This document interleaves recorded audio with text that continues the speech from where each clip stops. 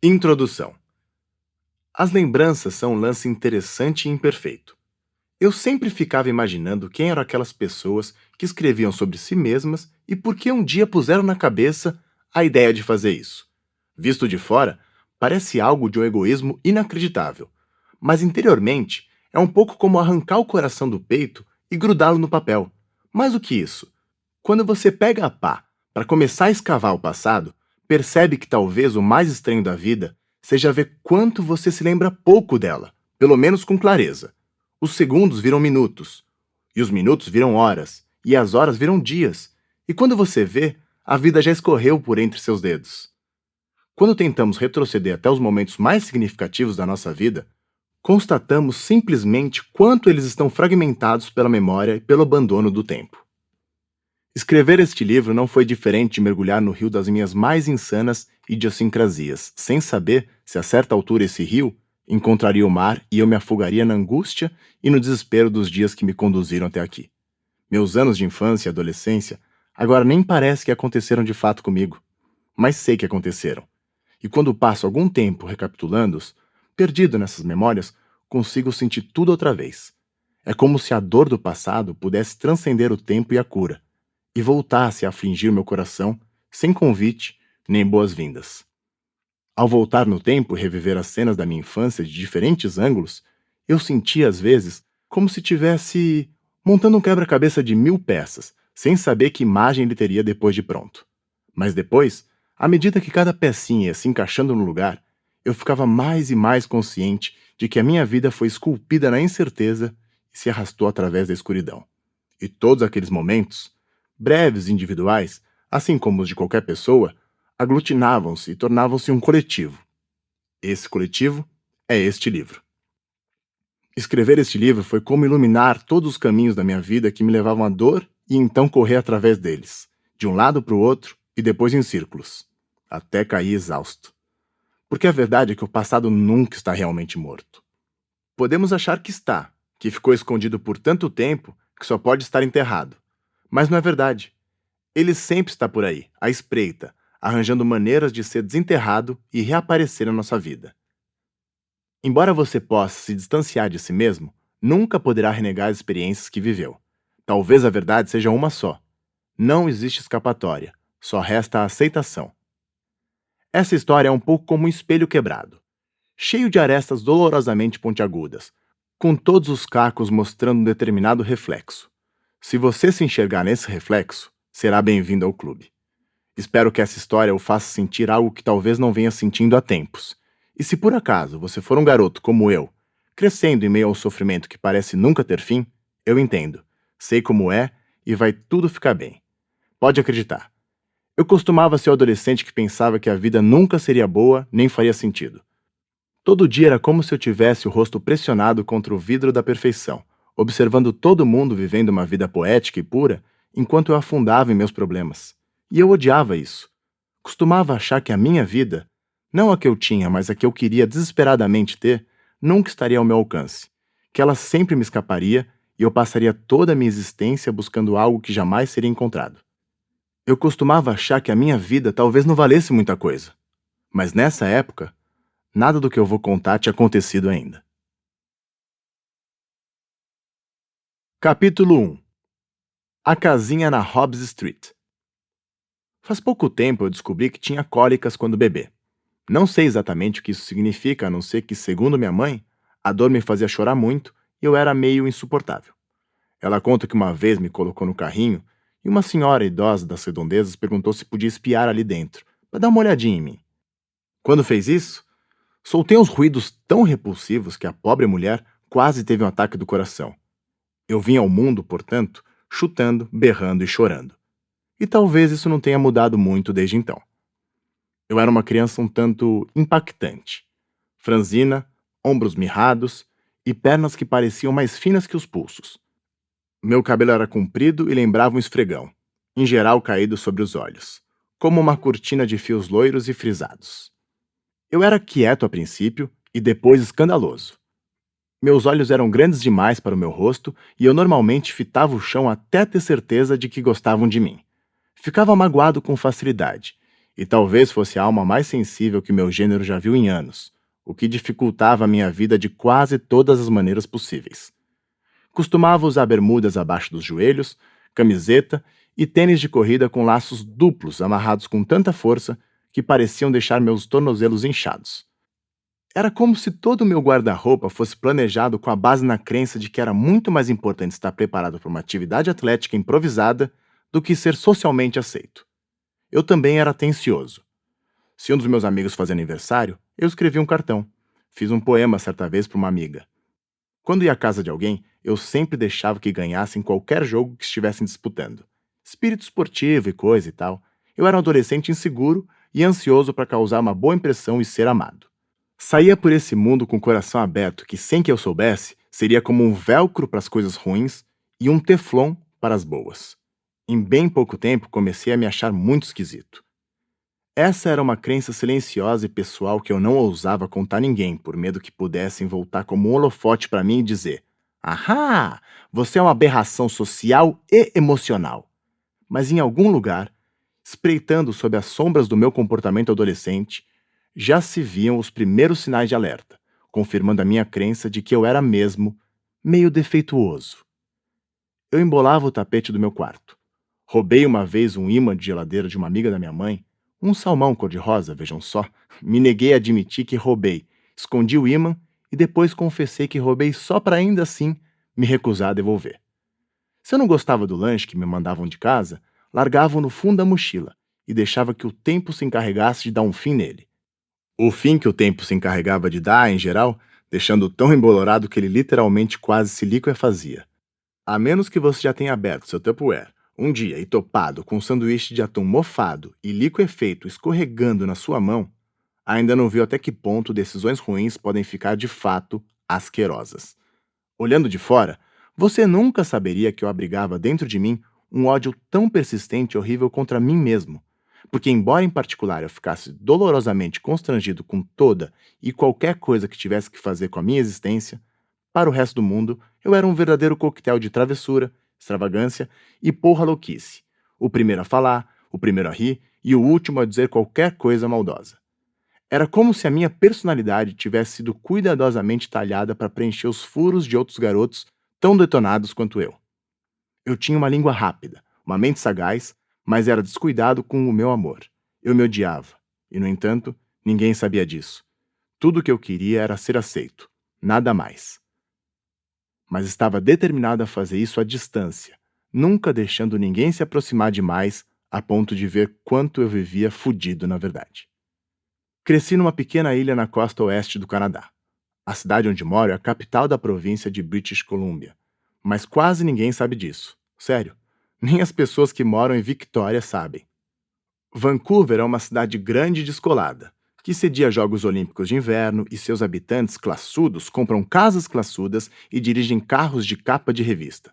Por isso, todo mundo supõe que Vancouver seja a capital, mas não é. É Victoria. Ninguém tem uma Ferrari em Victoria. É uma cidade constituída quase totalmente de gente idosa que foi para lá depois de se aposentar, para jogar golfe e morrer em paz na própria cama. Em Victoria, nunca está muito quente nem muito frio. Em geral, não vemos neve por mais de um dia por ano e a chuva é tão infernal como sempre será nos outros 364 dias do ano. A ilha tem um clima litorâneo, com paisagens marinhas, e idosos em número suficiente para lotar um show do Neil Diamond. Para um garoto, é um lugar incrível onde crescer. É seguro e residencial, além de ter cheiro de maresia. As pessoas são amáveis, mas não tem aquele tipo de amabilidade que depois de um tempo começa a incomodar, por causa das perguntas futriqueiras e do papinho superficial. É mais uma amabilidade bondosa, cheia de sinceridade por um lado e de concisão por outro. Muita gente fuma maconha e se deita à beira-mar e quer saber como é a vida longe dos ternos e do corre-corre. É o tipo de lugar em que todo mundo dá passagem e faz isso com um sorriso no rosto, satisfeito por passar a vida flutuando sob esse pequeno rochedo no meio do oceano. Eu cresci numa casinha velha, marrom e branca na Hobbs Street. Sempre tive certeza de que a rua se chamava assim por causa das tirinhas do Calvin Haroldo, e por isso não fazia sentido para mim que as ruas adjacentes não tivessem nomes no mesmo estilo. Sempre achei que essa era a peça que faltava para tornar a comunidade mais unida. Quando eu tinha uns 10 anos, A minha mãe me contou que o nome do Haroldo, das tirinhas, se escrevia de modo diferente. Eu fiquei meio mal, mas me convenci. Calvin and Hobbes é o nome em inglês. O bairro em si se chamava Cadbury Bay. Ele tinha parques e playgrounds e, o mais importante, uma quadra de basquete. Quando eu era pequeno, fui muitas vezes a essa quadra, batendo a minha bolinha de basquete até o garrafão, sempre com a esperança de que aquele seria o dia em que meus bracinhos finos, por fim, iriam conseguir arremessar a bola na direção das nuvens e fazê-la cair através da malha macia do aro. Nunca consegui acertar a cesta, o que nunca bastou para me fazer desistir. Da porta da minha casa até a escola primária eram 118 passos. Eu sei porque certa vez passei uma semana contando. Tudo que uma criança podia precisar estava à distância de uma caminhada da porta do meu quarto. O mundo parecia um lugar pequeno e amigável na Hobbs Street. As pessoas se conheciam e sorriam umas para as outras. Tinham cachorros e dirigiam Volvos. Bom, nós não tínhamos um Volvo, mas todas as outras pessoas tinham. Tudo parecia em perfeita ordem, menos na nossa casa. Entre as quatro paredes que eu chamava de lar, a história era outra. Tudo ali era defeituoso e desordenado, muito longe do clichê de perfeição da classe média alta que todo mundo parecia ansioso para demonstrar. Às vezes eu me perguntava se todas as famílias eram assim, aparentemente normais, se é que isso existe, e organizadas na superfície, mas as portas fechadas, tão caóticas quanto a minha. Eu achava que seria um paradoxo fascinante se todo mundo andasse por ali fingindo ser gente distinta, positiva e equilibrada, mas na realidade fosse tão problemático quanto nós. Sei agora que essa é uma pequena verdade, que não existe essa coisa de família perfeita nem vida normal. Todo mundo segue aos trancos e barrancos do mesmo jeito. A principal diferença não está no fato de não ser problemático, mas de preferir não ser sincero com relação a isso. Toda família tem problemas, mas só que algumas deixam que os outros saibam disso. O restante simplesmente convive com o caos por detrás das portas fechadas e sem falar a respeito. Nossa casa tinha 4 janelões na frente, e uma árvore raquítica e quase morta no quintal, onde tinham pendurado uma placa capenga com o nosso endereço, mas sem obstruir a visão de quem olhava de fora. Por isso, se as venezianas estavam abertas, era possível ver da rua o interior da casa. Desde o primeiro dia em que eu já tinha crescido o suficiente para perceber isso, esse detalhe me incomodou. Não sei bem porquê. Só fazia eu me sentir como se vivesse numa caixa e qualquer um que quisesse espiar lá dentro só tivesse de se postar na frente dela. Eu me sentia exposto, nu e vulnerável. Mais do que tudo, isso me deixava com medo de que talvez nossa personalidade fosse como as casas, e a minha tivesse grandes janelas na frente por onde qualquer um que se desse ao trabalho de olhar pudesse ver quanto eu era bizarro e medroso em relação a tudo. O ônibus número 11 passava de 10 a 12 vezes por dia e sacudia as paredes da nossa casa com tanta força que uma vez, quando eu estava sozinho, um quadro caiu da parede e o vidro da moldura estilhaçou. Nossa casa tinha 2 andares, 4 quartos, um porão horroroso e uma linda Golden Retriever dourada chamada Summer. Ela era uma cadela majestosa, de pelo esvoaçante e uma disposição muito abaixo do normal. Passava pelo menos 80% do dia deitada, cheia de preguiça no sofá de couro verde da sala de estar, montando guarda com muita eficiência contra intrusos perigosos que pudessem vir da calçada e invadir a nossa casa. Quando a senhora Hapley, uma sexagenária que morava algumas casas abaixo, passava a caminho da mercearia, Summer ficava de pé e latia tanto que seu bafo chegava a embaçar a vidraça. O sujeito que entregava o jornal uma vez deixou um bilhete embaixo do capacho dizendo que deveríamos adestrar nosso cachorro para que ele não fosse tão raivoso. Eu li o bilhete no mesmo instante e o joguei no lixo. Em parte porque achei o entregador de jornal um cara bem esquisito por usar uma carteira presa a uma corrente. E em parte porque eu achava que Summer tinha todo o direito de ser raivosa ou não com quem bem entendesse. Sabe como é? Até os cachorros precisam ter liberdade de expressão e tudo mais. E mais do que isso, eu entendi a situação dela. Quer dizer, todo dia nós saíamos de casa e seguíamos para o que os olhos de um cão devia parecer uma aventura sem fim de assombro e deslumbramento, enquanto ela só ficava ali deitada no sofá, esperando que um de nós voltasse para casa e lhe desse amor e a levasse para aquele mundão que ela com tanta paciência observava todos os dias pela janela. Latidos à parte, ela era uma cadela realmente adorável. O triste é que me odiava. Bem, odiar é uma palavra forte. Ela tinha uma acentuada aversão por mim. Não sei muito bem como começou ou de onde veio essa versão, ou porque eu nunca fiz nada para mudar isso. Só sei que ela tinha a profunda convicção de que na cadeia alimentar da nossa família, ela estava numa posição superior à minha. Uma vez, quando eu tinha uns 10 anos, comecei a brincar de luta com ela. Summer tinha dois tipos de rosnado: um rosnado brincalhão e outro mais sério. Para um ouvido destreinado, podiam ser indistinguíveis, mas eu sempre sabia se ela estava brincando ou se preparando para infligir dor. Ou, pelo menos, achava que sabia. Naquele dia, estávamos lutando e ela se comunicava comigo com seu rosnado brincalhão, e tudo ia muito bem, até que, num movimento ágil, ela conseguiu agarrar a manga do meu suéter e enrolá-la no meu corpo, me deixando preso dentro da minha própria blusa, sendo arrastado por um cachorro pela casa. E ela simplesmente continuou puxando a manga do suéter com tanta força que eu não conseguia endireitar o corpo para me soltar. Gostaria muito de ter feito isso, porque tive que chamar alguém para me ajudar e a situação só acabou se resolvendo depois de um braço arranhado e um orgulho um tanto ferido também. O que ficou na minha cabeça é que ela não me machucou e nunca quis me machucar. Só queria me mostrar do que era capaz. Lá no fundo, eu morria de medo que a escuridão de alguém pudesse ser dissimulada daquele mesmo jeito, que a gente pudesse estar feliz e de uma hora para outra passasse a ser destrutivo. Summer era só uma cadela, mas era como se ela estivesse me mostrando que as farpas afiadas da vida às vezes estavam só um tantinho abaixo da superfície. Como eu ia dizendo, tínhamos uma casa, tínhamos uma árvore no jardim da frente e tínhamos uma Golden Retriever. Para quem olhava de fora, tudo parecia em perfeita ordem, mas dentro dessa casa, muita coisa não parecia estar em tão perfeita ordem assim. Para começar, minha mãe e meu pai moravam em andares separados da casa.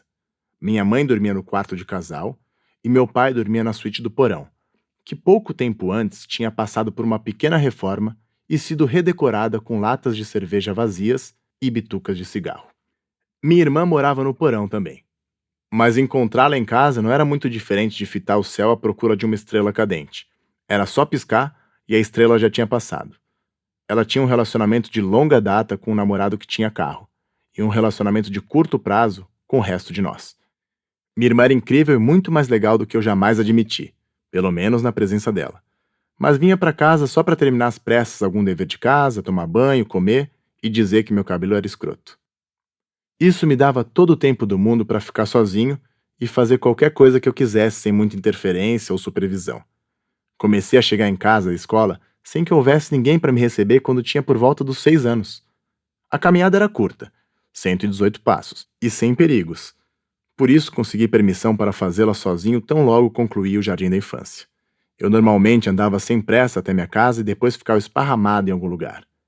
Às vezes dava uns petiscos para Summer, na tentativa de suborná-la para me amar, mas em geral esse amor só durava enquanto ela estava mastigando e depois voltava a estaca zero. Os dias eram longos e monótonos dentro de casa. Solitários também. Para passar o tempo aprendi a sonhar acordado. Criava as histórias na minha cabeça sobre todo tipo de coisa. Como seria voar ou escalar paredes, ou beijar uma garota? Às vezes eu imaginava como seria morar numa casa diferente. Uma casa que tivesse outras regras e um cachorro que gostasse de mim, e pais que dormissem no mesmo andar. Às vezes, quando eu pisava fundo na estrada das fantasias mais desvairadas, essa ideia de uma casa diferente, que fosse impressionante, imaculada e imponente, me fazia sorrir. Às vezes eu me lembrava de que, se morasse em outra casa, provavelmente seria incumbido de algumas tarefas domésticas. E eu odiava tarefas domésticas. Então costumava sentir certo prazer em saber que, muito embora vivesse rodeado de problemas, pelo menos não tinha que lavar a louça. E isso sempre fazia com que eu me sentisse um pouco melhor. Eu sempre quis que a minha família fosse mais unida. Isso provavelmente é bem natural. Você quer que as pessoas que mais ama amem umas às outras, mas de certo modo acho que eu sempre soube que isso seria impossível. Minha mãe tinha meio que desistido do meu pai e meu pai estava decidido a desistir de si mesmo.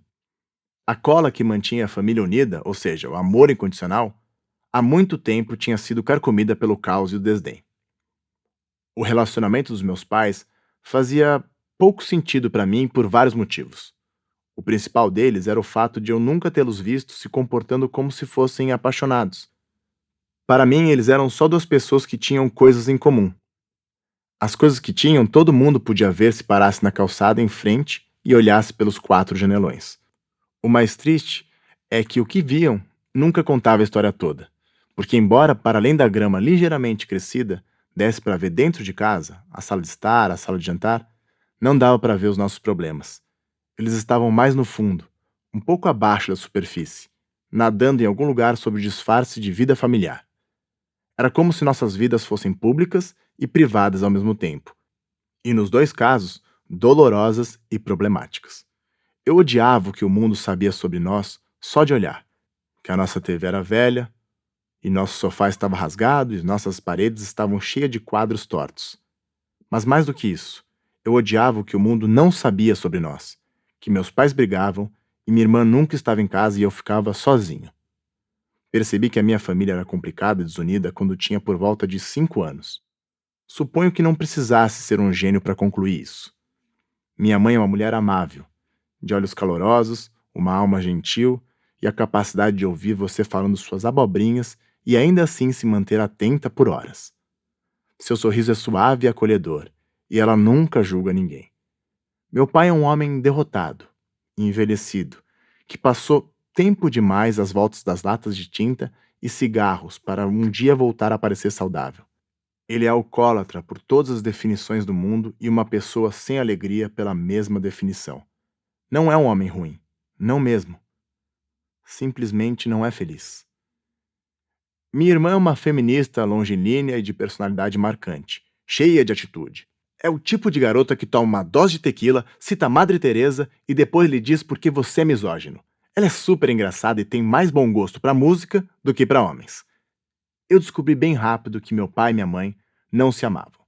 Tenho certeza de que houve uma época em que se amavam. Eles se casaram e pareciam felizes nas fotos. Pensando bem, eles foram para o Havaí e acho que eu ficaria bem feliz no Havaí também, mesmo que tivesse perdendo quase toda a minha liberdade. A verdadeira razão que me levou a descobrir que eles não se amavam, no entanto, foi o jeito como se falavam. Eles não costumavam gritar, nem eram do tipo do casal que atirava pratos na cabeça um do outro. Os dois eram educados e introvertidos demais para fazer isso. É só que o jeito como se falavam quando estavam brigando era doloroso, como se o bem-estar emocional do outro não fosse importante, não passasse de um conceito hipotético. Não que fossem cruéis ou maldosos, só não se importavam de fato. Estavam com raiva e ainda assim eram indiferentes. Nem se desculpavam pelo que diziam ou tentavam enfatizar isso um para o outro. Simplesmente atiravam flechas e viravam as costas antes mesmo de saber onde elas tinham acertado. Meu pai é imbatível em duas coisas na vida: pescar e tomar cerveja. Acho que no mundo perfeito ele moraria numa cabana no meio de uma floresta e viveria do que plantasse e obtivesse com as próprias mãos. Mas a vida não é perfeita e ele mora na cidade, por isso recorre ao segundo talento para aguentar o tranco. Ele era pintor por profissão e bebedor de cerveja por vocação. De algum jeito ainda conseguia acordar cedo quase todo dia. Quem vai para a cama com as galinhas, levanta com as galinhas, presumo. Ele ia para a cama cedo, ou melhor, para o sofá. Muitas vezes eu chegava em casa da escola às 3 da tarde e ele já estava desmaiado no sofá, rodeado por um monte de latinhas vazias esparramadas pelo chão e tendo como trilha sonora seu ronco detestável. Eu era muito novo para saber que aquelas latas espalhadas em volta do seu corpo, inconsciente, tinham a ver com seu torpor da tarde, e, portanto, só concluía que os adultos precisavam tirar muitos cochilos. Na época em que já tinha crescido o suficiente para reter lembranças, minha mãe e meu pai já estavam dormindo em andares diferentes da casa. Meu conhecimento sobre casamento era limitado, mas quando eu ia à casa dos meus amigos, em geral, os pais deles andavam de mãos dadas, se beijavam, se abraçavam e dormiam no mesmo quarto. No que diz respeito a essa lista, era 4-0 contra os meus pais. Quando os pais da minha amiga Alexandra se divorciaram, eu me lembro de ter perguntado a ela quando é que se sabe quando os pais vão se divorciar. Ela fez uma pausa e disse: quando começam a gritar muito. Eu perguntei se os pais dela já tinham um dia dormido em quartos separados. Ela disse que sim. Perguntei se isso tinha sido antes ou depois de começar a gritar. Ela disse que antes. Eu não era nenhum gênio, mas não era difícil imaginar que o casamento dos meus pais estava seguindo pelo mesmo caminho. Existe uma coisa horrível no fato de ser uma criança no meio de um relacionamento falido. Você nunca está completamente em paz. É como se o relacionamento dos seus pais estivesse sempre à espreita, aguardando você passar para lhe dar uma rasteira. Num certo sentido, isso não tem nada a ver com você. Você não escolheu essa vida. Não forçou essas duas pessoas a ficarem juntas. Nem recomendou que elas começassem a namorar, quanto mais se casar. Você nem sabe quais são os problemas delas, muito menos como solucioná-los. Mas você realmente gostaria que se amassem. Seus pais deveriam se amar. Quer dizer, eles fizeram pequenos seres humanos juntos. É por isso que estou vivo e minha irmã também. É por isso que você está vivo, porque houve um tempo em que nossos pais eram apaixonados um pelo outro e acharam que deveriam fazer pessoinhas juntos. Eles não poderiam se odiar na época. Eu sabia que não era possível conceber um bebê em andares separados. Eu não sabia muito, mas isso eu sabia. Quando o casamento dos seus pais começa a degringolar, você fica meio furioso com eles. Pelo menos eu fiquei. Minha irmã, Juliana, é 4 anos mais velha do que eu, e por isso era 4 vezes menos provável que ela conversasse comigo sobre alguma coisa. De qualquer forma, na época em que meus pais de fato começaram a mostrar suas diferenças, ela mal parava em casa. Eu sentia às vezes como se ela tivesse me abandonado, mas eu entendia também. Eu também não ficaria em casa se pudesse. Ela tinha essa opção, portanto não ficava. Depois de um tempo, tive a impressão de que a maioria dos problemas da minha família era causada pelo meu pai. Todo garoto quer que seu pai seja o herói da casa. E meu pai era meio que ao contrário disso. Ele é uma pessoa boa, eu acho. Tem uma fala mansa e nunca levanta a voz com raiva ou empolgação. Meu pai é um homem alto, com mais de 1,80 m de altura, mas nem um pouco intimidador. Ele tem mãos grandes e ombros curvados, e um guarda-roupa cheio de camisas manchadas. Seu cabelo grisalho é comprido e ondulado, e ele tem na cara uma espécie de meia barba e meio bigode. Seu cabelo e sua barba nunca parecem ficar mais compridos ou mais curtos. Eles simplesmente existem. Nada na sua aparência parece mudar, muito menos ele. Na maioria das vezes, não importa o cenário ou as circunstâncias, ele parece distante, mesmo quando está interessado. Quando eu tinha 4 ou 5 anos, lembro dele indo para o nosso quintal e colocando umas coisas estranhas na boca para depois acendê-las com fogo. Eu descobri que aquilo era um cigarro alguns anos depois, mas sabia na época, pela linguagem corporal, que estava fazendo algo que não se orgulhava. Seus ombros caíam para frente e suas costas ficavam meio curvadas na parte de cima. Sua tosse era seca e áspera, mas meu pai é um bom homem, como um bom coração que parece determinado a não viver de acordo com nenhuma dessas duas coisas. Eu muitas vezes achava que ele era a pessoa mais profunda e verdadeiramente triste que eu já tinha conhecido. Qualquer um pode ficar triste de vez em quando, eu acho. O fim de um relacionamento, uma música sentimental, uma lembrança. Mas meu pai foi a primeira pessoa que conheci que podia ficar triste quando tudo ia bem. Ele nunca dizia que estava triste com a voz, apenas com os olhos. Minha mãe dizia que ele tinha depressão. Eu não sabia o que isso significava, mas parecia grave. Apesar de toda e qualquer preocupação, ele evita conselhos, rejeita a medicação e aceita sua vida sem brilho. E com o passar do tempo se torna cada vez menos uma canção triste e mais uma sinfonia de aversão por si mesmo. Na época em que comecei a enfileirar palavras em sentenças, já tinha escrito 3 cartas pedindo a ele para parar de beber. Ele as lia inteiras e nunca mudava. Todo dia era a mesma coisa, desmaiado no velho sofá verde, a cerveja numa mão e o que eu imaginava ser arrependimento na outra. Quando ele acordava, mal falava ou conseguia abrir os olhos.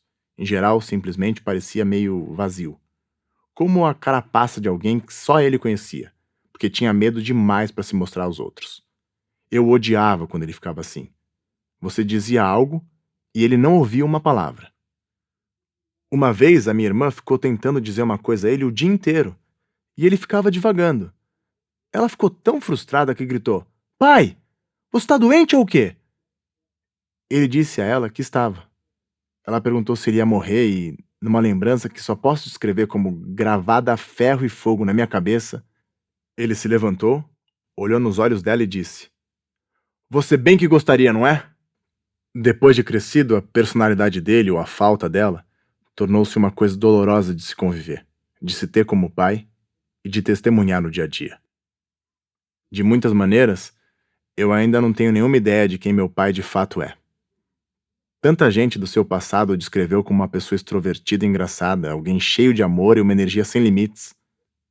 Eu nunca conheci essa pessoa, porém. Não que eu não acredite que em algum lugar dentro dele essa outra pessoa exista. É só que eu não tenho prova nenhuma disso. É difícil se convencer de algo que você não pode provar. Mas existem coisas na vida que são assim. Você não pode prová-las e tudo o que pode fazer é continuar acreditando nelas de qualquer maneira. Mas com meu pai, no entanto, nunca consegui fazer isso. Principalmente porque eu não conseguia imaginá-lo de outro jeito. Eu só o vivenciei com a carapaça de um homem que tinha perdido o próprio espírito e o mundo à sua volta e não sabia como reencontrá-lo. Ele é com certeza um homem inteligente, porém. Meu pai é o único cara que, se ficasse preso numa ilha em algum lugar, eu de fato não me preocuparia. Ele provavelmente estaria no seu ambiente. Uma vez ele saiu de barco e foi pego por uma forte correnteza, ficando desaparecido por uma noite inteira. Ninguém na minha família jamais pensou que ele tivesse morto. Todos dizíamos brincando que ele com certeza estava se divertindo mais do que nunca. Acabou que ele por fim aportou numa praia, fez uma fogueira, encontrou comida e ficou muito bem, obrigado. Portanto, ele de fato era um homem esperto e independente, mas deixou que sua própria mente doentia lhe armasse uma armadilha e tirasse dele uma vida boa. No fim, você descobre que quando alguém para de se preocupar consigo mesmo, fica muito difícil continuar crescendo, vivendo e amando. A pior parte disso, para mim, é que apesar de tudo eu realmente queria amar meu pai e ser amado por ele. Isso me tornava forte e fraco ao mesmo tempo. Todo dia era um longo dia naquela casa na Hobbs Street. Os carros passavam, mas as horas pareciam não passar nunca. Era como viver dentro de um sonho, observando o mundo inteiro passar enquanto você ficava ali, parado. Eu amava muito a minha mãe, e quando minha irmã deixava, eu amava muito também. Mas nunca gostei de fato de ficar naquela casa. Ela era pequena, atulhada. Esperamos que você tenha gostado desta prévia. Para continuar ouvindo este audiolivro no Google Play Livros, use o link na descrição do vídeo.